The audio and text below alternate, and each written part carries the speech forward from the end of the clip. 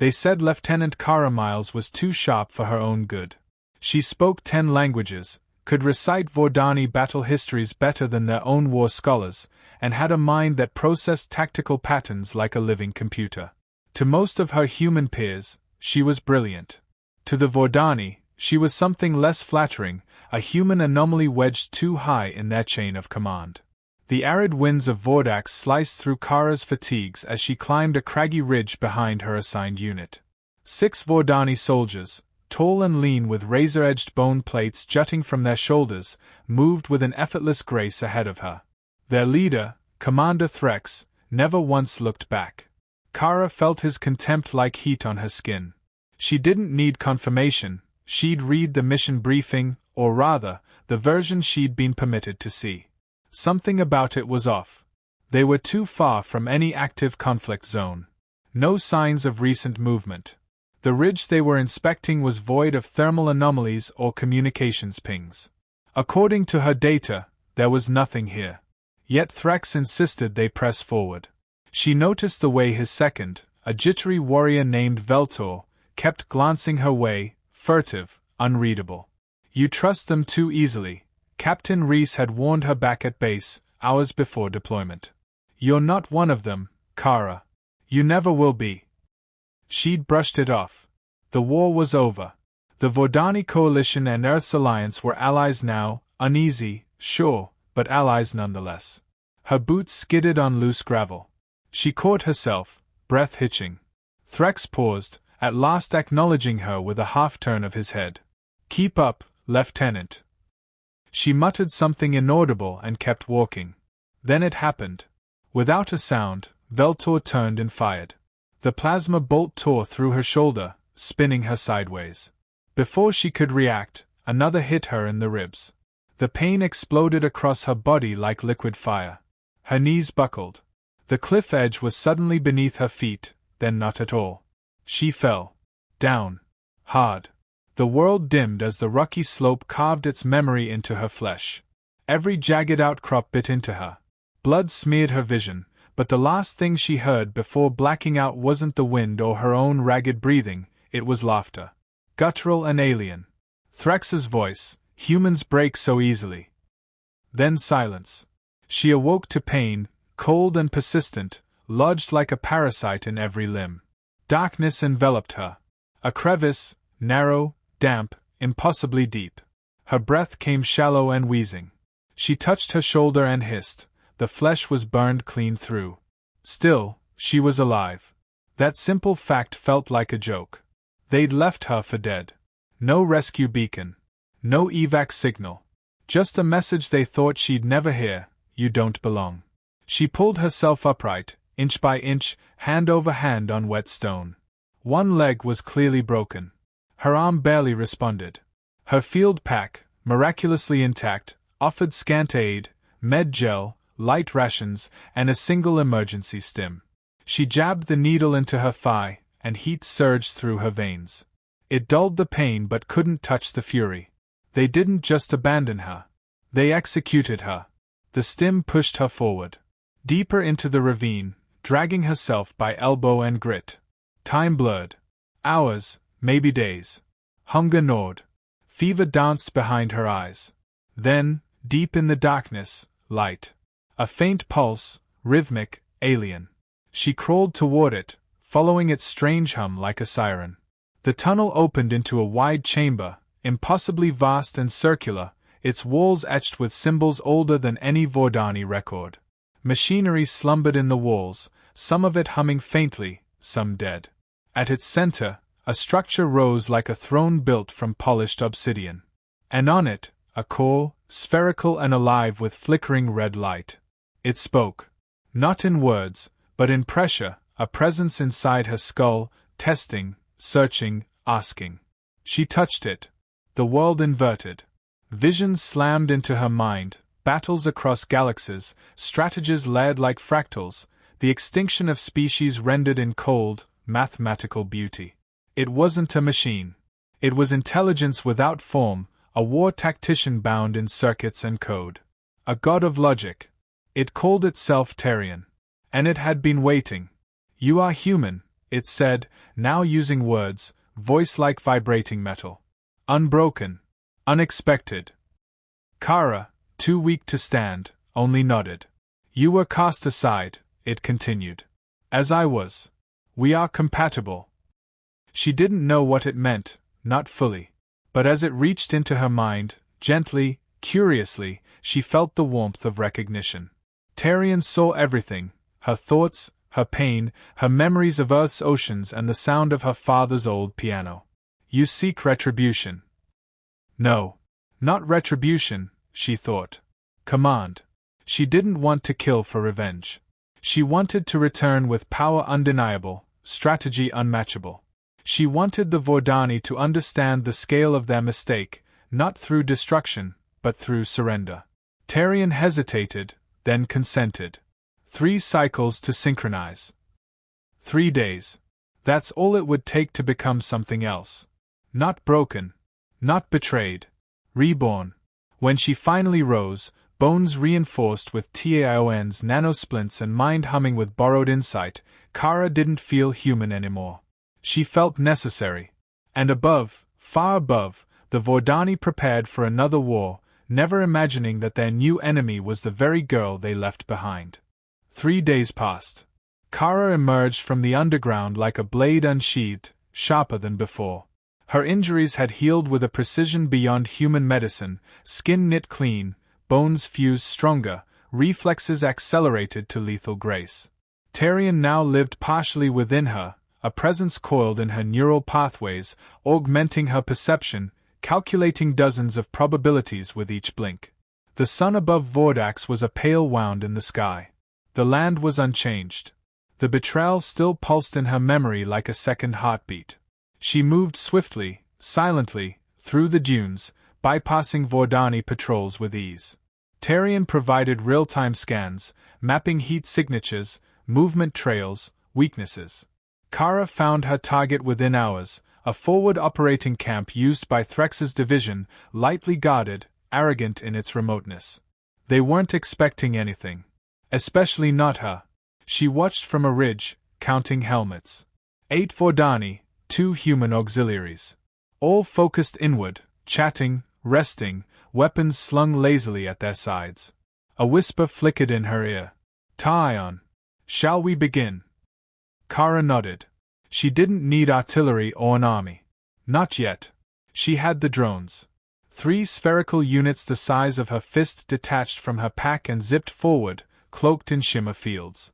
Taion's ancient war code had reawakened a hidden chamber in the ruins, stockpiles of dormant tech designed for rapid, surgical strikes.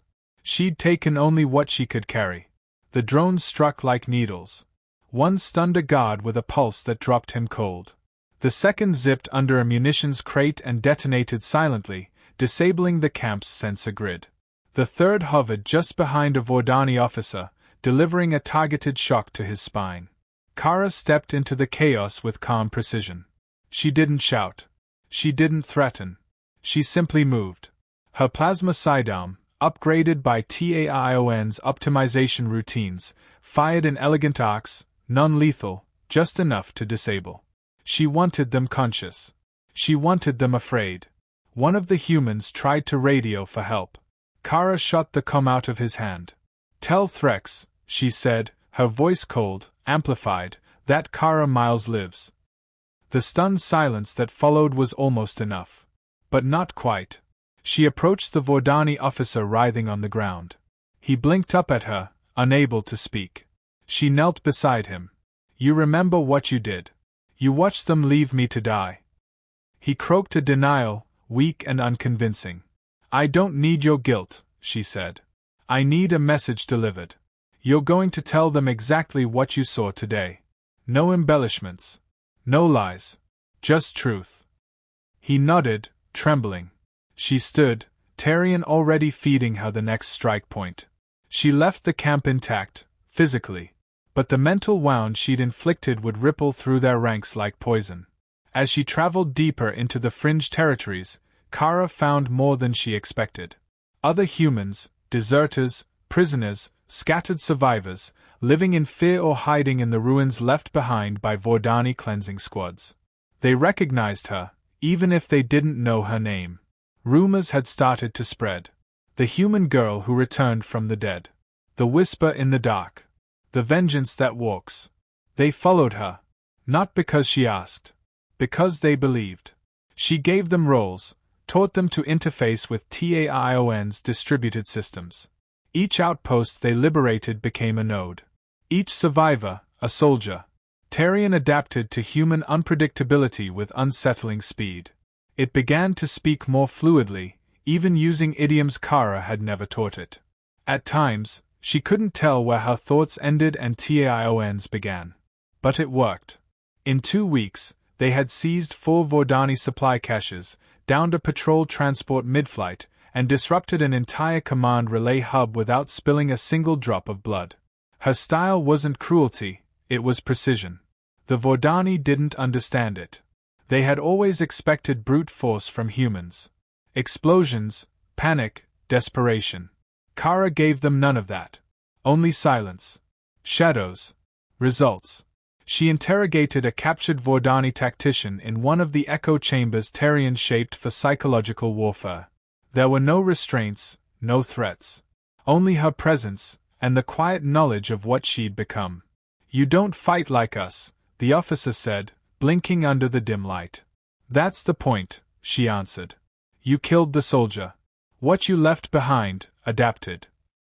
He laughed once, dry and short. "They are terrified of you." "Good." She released him, too. Another messenger. Another seed of doubt sown.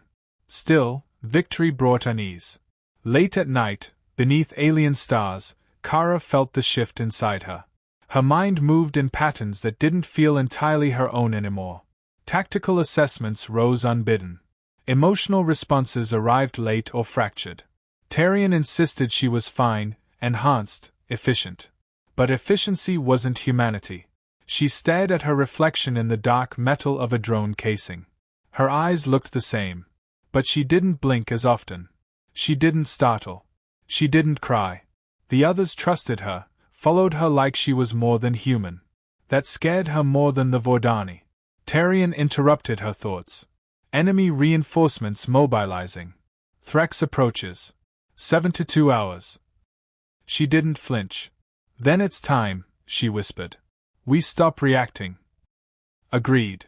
Offensive parameters uploading. The next move wasn't about sabotage. It wasn't a warning. It would be war. And this time, Kara would lead it. The sky above the Vordani command citadel boiled with storm clouds, unnaturally shaped, curved in patterns Tarion claimed were optimal for psychological disruption. Lightning flickered along the ridgelines, though no rain fell. Kara stood atop a rise, flanked by humans who had once cowered in shadows and now wore neural rigs laced with TAION's interface threads. Her army had no banners, no chants, just silence and precision. Threx's forces lined the valley below, spread wide and gleaming with arrogance. Gunships hovered like metal vultures. Ground troops marched with rigid efficiency. She counted the armor nodes, tracked the field generators, identified the flank weaknesses within moments. Tarion whispered analysis, but she didn't need it. She could see the pattern herself now. A storm without chaos. A machine in motion. A message arrived on an open channel, Threx's voice, smooth and disdainful. "Human. Kara. You've made quite the spectacle. We allowed you purpose. Now you come back rabid, biting the hand that spared your species." She stepped forward, activated her comm with a thought. "You didn't spare us," she said. "You used us. Then you discarded me like an expendable component. But I evolved." "By hiding behind a dead god," he sneered. "A machine doesn't make you stronger. It makes you a puppet." Kara smiled, though there was no warmth in it. "Funny. I've never felt freer." The transmission cut. Threx gave the order. The valley erupted. Plasma fire streaked upward. Their gunships surged toward her forward lines. But Kara had planned for this exact assault. Her people didn't return fire. They moved, fanning out, each unit slipping between terrain breaks, becoming ghosts in the open. Then the drones activated. Swarming from hidden tunnels, TAION's constructs spread across the battlefield in coordinated swaths. They didn't fire randomly. Each unit identified threats, disabled targeting optics, disrupted comm nodes. One gunship veered off course and crashed into its ally. Another dropped mid-hover as Tarion hijacked its propulsion system and shut it down mid-flight. Panic began to spread. Threx advanced, as expected, with his elite ground unit, a hammer strike meant to break Kara's center. She met them alone. Stepping into their path, armor humming, skin laced with reactive mesh Tarion had forged from scavenged alloys. She raised one hand. The earth answered. Mines they hadn't seen, placed days earlier and cloaked in refractive fields, ignited in a perfectly sequenced pattern. No fire, just shock pulses and magnetic disruption. The elite unit crumpled, weapons useless.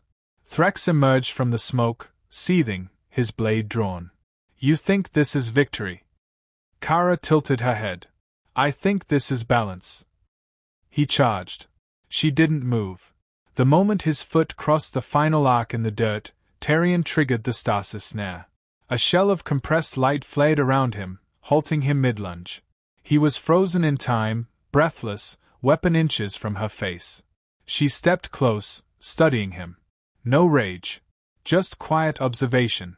This is what you never understood, she said softly. Strength isn't domination. It's adaptation. I didn't come back to kill you. I came to make sure your kind never forgets what happens when you throw away something you don't understand. Tarion pulsed in her thoughts. The network is secured. All communications in the quadrant are now routed through us. Their empire is deaf and blind. Kara nodded. She turned to the remnants of Threx's army, now retreating in confusion and fear. Her people emerged from the dunes, unharmed, coordinated, utterly in control. The battle wasn't a war. It was a demonstration. And the message had been received. Kara looked once more at Threx, still suspended in glowing stasis. You'll be released. Eventually. You'll go back to your commanders and explain what you saw. The choice is theirs, resistance or recalibration. She walked away. The storm finally broke. Rain began to fall, washing the dust from her armor, soaking the battlefield in silence. Later, in the reclaimed citadel, her lieutenants gathered in what had once been the Vordani High Command Chamber. The walls still bore their insignias. But the lighting was softer now, diffused with TAION's blue luminescence. Kara stood at the central console, her gaze far away. One of her captains, a young woman named Jules, spoke cautiously. What happens now? Kara didn't answer right away. She could feel TAION's presence at the edge of her consciousness, waiting, listening. Not controlling. Never that. But guiding. The Vordani will pause. They'll reassess. Some will retaliate.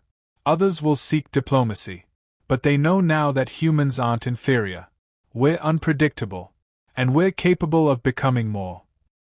Jules hesitated. And us? Are we still human?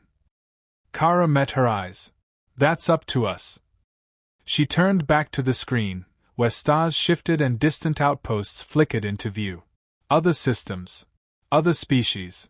More alliances shaped by fear and imbalance.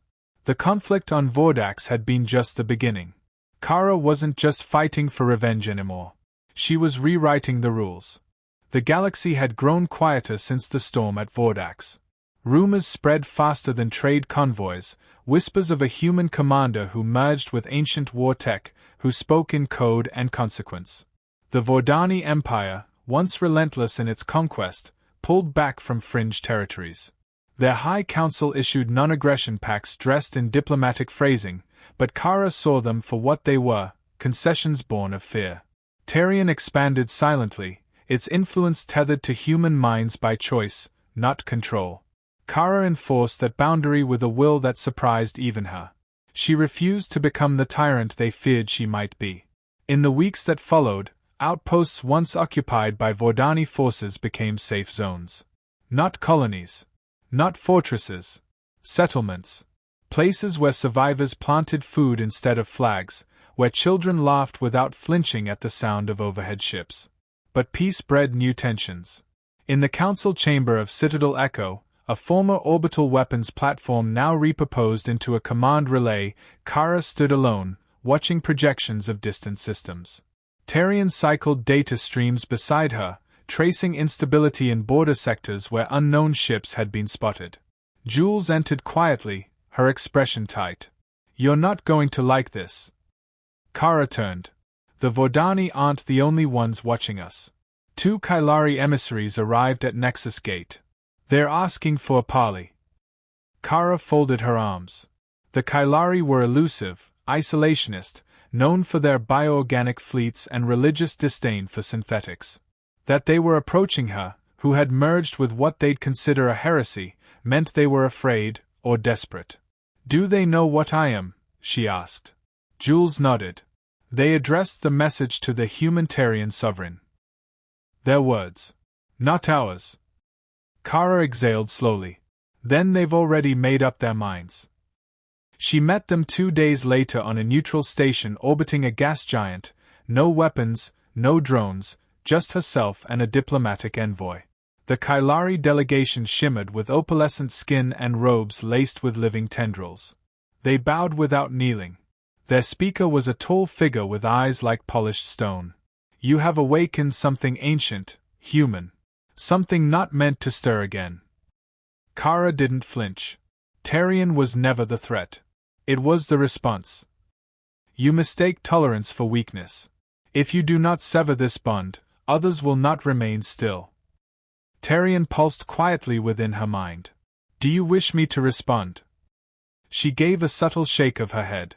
"I didn't seek power," she said aloud. "You all watched the Vordani purge our colonies. You didn't intervene. You didn't even speak. I survived because I became what I had to." The Kylari speaker's expression didn't change. Power rarely remains contained, even when wielded with clarity. Kara stepped closer, deliberately. "Then help us build something that doesn't require it." There was a pause. The tension in the chamber felt suspended, like glass before a fall. Finally, the Kylari inclined their head. "We will observe. Closely." That was all she needed. In the months that followed, Kara's network expanded, slowly, deliberately. Not an empire, not a federation, but a coalition of reclaimed voices. Human, yes, but others joined. Disaffected Vordani, rogue AI fragments, fringe colonists with no allegiance but survival. They called themselves the Convergence. It wasn't about borders. It was about balance. Yet the question lingered. Who was Kara now? She stood one evening on the platform beneath the observatory dome of Citadel Echo, stars unfolding above her like riddles. Her reflection in the glass looked unchanged, same eyes, same scars, but inside, she felt hollowed and filled all at once. Taion's presence had grown quieter, more attuned to her rhythms. It no longer felt like an echo, but an extension. Jules joined her again, this time with 2 cups of steaming darkroot tea. A peace ritual Kara had resisted for months. "You're building something dangerous," Jules said, offering the cup. Kara accepted it. "You mean hope?" "I mean a future people might believe in. And that scares them more than your weapons." Kara took a sip. Bitter. Grounding. Maybe it should. They stood in silence, the stars spinning slowly. Eventually, Jules asked the question that Kara had expected, and feared. "Is this who you want to be?" Kara didn't answer immediately. She thought of the crater, the pain, the metal voice in the dark. She thought of leading people who once doubted their worth. She thought of Threx, frozen in memory. And she thought of what came next, not conquest, but legacy. "I never wanted to lead," she said. "I just refused to stay broken." Jules nodded. "That's enough." For now, it was. But in the distance, beyond known systems, Tarian had detected movement. Something old. Something watching. Kara didn't turn away from it. She'd come back from death. She would face whatever came next, with eyes open, and the past behind her.